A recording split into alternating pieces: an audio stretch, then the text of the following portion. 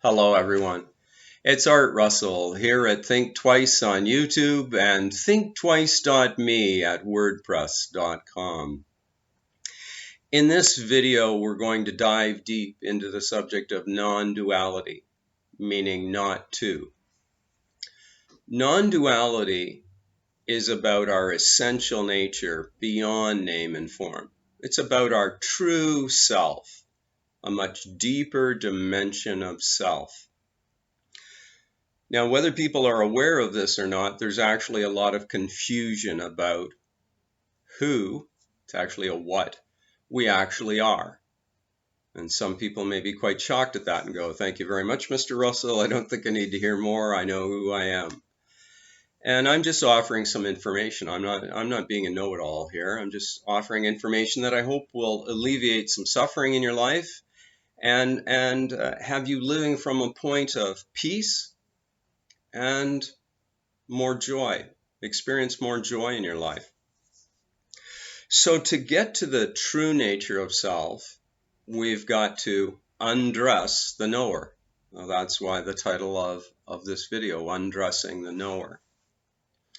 To do that, we've got to make use of some of Art's wonderful illustrations again. Oh boy, dear diary, here we go again. Art's done some artwork. And so we're going to undress by removing some definitions. So let's go into that. First thing we're going to do, it's not really any order, but we're going to take off, we're going to undress our race. We're going to see that we really, our true self really cannot be race, and it is not. We're also going to undress, remove our color.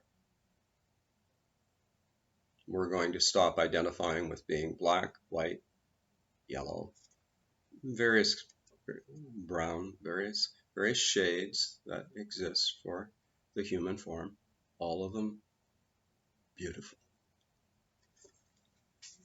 We're going to take off our gender. All that programming that's been in, that the boys cut the grass and the girls do the dusting. You know, that kind of stuff. That girls wear the pink and guys can't. I'm not being an advocate here. I'm just an advocate of bringing more love into the world. So we're going to take off that gender. We're also going to take off, undress, our age. Look at the biases we have in our world. You're 70, you're old. I'm 20, I'm young. Haha. No, we're not going that route. We're taking off age. It's not who we are. It's a definition. We're also going to take off nationality. This form appears in Canada. Canada appears in consciousness. Yes, I have a Canadian passport and I'm glad I've got it. But if I lived in the United States, I'm sure I'd be happy to have one of their passports. Or in India, passport from India, indicating my nationality. I am not my nationality. Let's go a little deeper in undressing to get to know the knower. We are not our history. You know, those kind of nagging stories.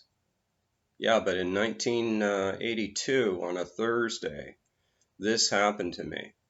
That voice up here chatting away. We're not our history. It's gone.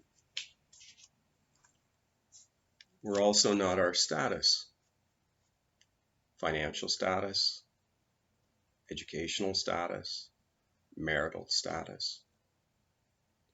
The true you that you are is not dependent on whether you're married, divorced, separated, seeking, whatever. That's not you, the true you. That's part of undressing us. Now, let's go a little deeper. Now, this language, it kind of gets a little tricky. Some say you're not your body, and some say you're not only your body. I'm fine with either. To me, the body is an appearance in consciousness. Therefore, it cannot be me. I witness it, the true I. So I'm not my body, I witness it. That's more of undressing. I'm not my mind. Now, this is where some people, the majority, actually stop. Investigation stops there and they identify with being their mind. If the mind is just kind of floating along on one of those beautiful, joyous days, they're happy. If it's spiking up and down like this, they go, uh-oh, I'm at the bottom of that spike. I'm at the bottom. I'm in the valley. I want to be on the mountaintop. I would suggest there's a lot more peace to be found right along here. So the mind again can be observed. This is one of the keys, benefits of meditation. Through meditation, through becoming still, we watch these thoughts that are spinning stories. We don't have to pay attention to them. We really don't. Perceptions appear to us. Sensations. Start. Stop. What is it that is aware of that? Now I've got another illustration here that I really hope will help you see or at least question what I'm talking about here. Here's the first one. Now, the line I would like to represent time, linear time, goes forward. And in this also, because we have some pictures of a self, this is to represent a self, there's space. Time and space arise together. Now, what these spikes represent, now in this case, I've done it where they look the same. So this is all about the false self. This is a thought spike that says, I'm doing this. Here's another one doing it. I'm doing this. Here's another one. I'm doing this. I'm doing this. I'm doing this. And you can note that I've put it in lowercase I. That's the little self. That's the conceptual self that most persons identify with being because they've been conditioned to believe that they are. Now, in the case of 8 billion, roughly 8 billion persons apparently in the world, this little self, guy or gal, has a name.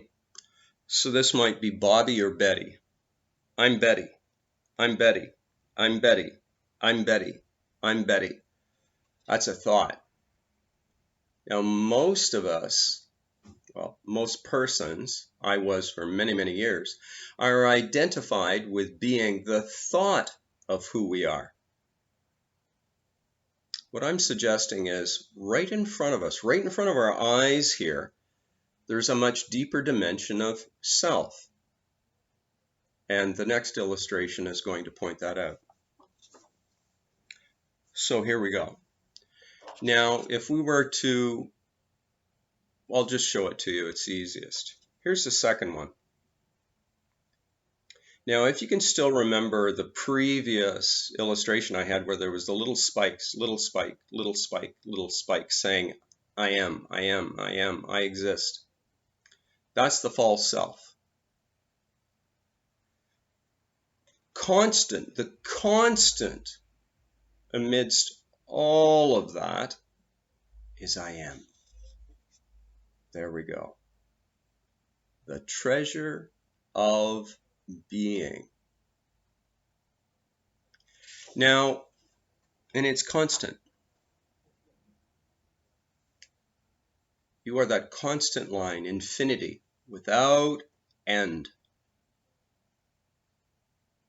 that is aware of the thoughts arising that are normally claimed by, oh, that's me, Art Russell. This is saying something quite different. So that's one of the ways, that's a way of undressing the knower. Are you acting on behalf? I remember this from a Rupert Spira presentation. I thought it was so good. He was answering a question from a lady in the audience, and his reply was something like this: are you acting on behalf, to question on whose behalf you're acting? Are you acting and adding to the thought of yourself spiking up persistently through a day? Or are you knowing yourself as I am, minus all the definitions? Now, the key to this too is letting those definitions fall away. If you're having to remind yourself, oh no, I'm not this, I'm not that, that's not the way. This is why Sri Nisargadatta Maharaj, his guru, said, just concentrate on I am. I add a little bit more in my book, just a little bit. And he was also told to know that he is the Supreme already. Now, some of the clues that will help guide you to know whether you are standing on the rock of your being or on the shifting sands of the false self. One is very stable, one is unstable. We can see that. The ups and downs, how you feel about life. One feels very light. The other is the little one, the lowercase I, has a sense of anxiety, may have a low sense of anxiety. Things have to go right for it. That's not the case. When we stand on the rock of our being, knowingly, as awareness, consciousness, some people call it just aware. When we eventually have undressed enough, we see that what there really is just knowing. Self-aware knowing. So I hope this video has been of some help to you today to investigate a deeper sense of self, much deeper, much more stable. You'll find a greater degree of happiness when you stand on the rock of your being. If you've enjoyed this video, I invite you to subscribe to the channel or click a like, or perhaps both. As always, there's more information, free information at my blog at thinktwice.me, and there's more information available through my book entitled This Taste of Flesh and Bones, which is available through Amazon. Bye for now. We'll talk again soon.